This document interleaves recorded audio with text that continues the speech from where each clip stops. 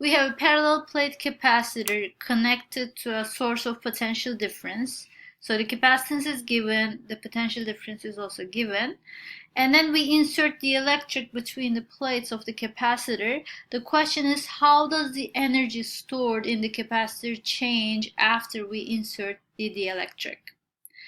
Let's calculate the energy stored in the capacitor right now before we insert the dielectric.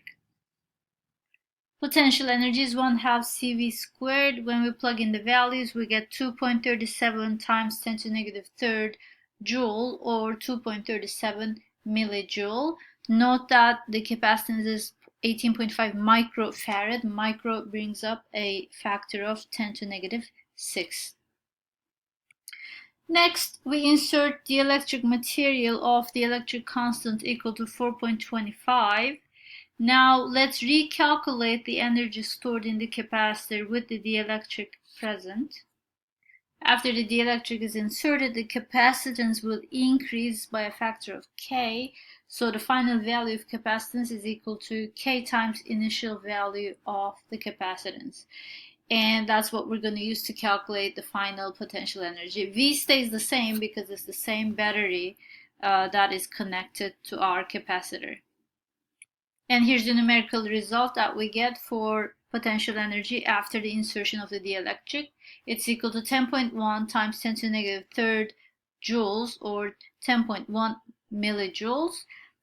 This is greater than the initial value. Of course, it basically, if you look at the calculations, it has increased by a factor of K. So whatever the dielectric materials, the electric constant is, the potential energy has increased that much.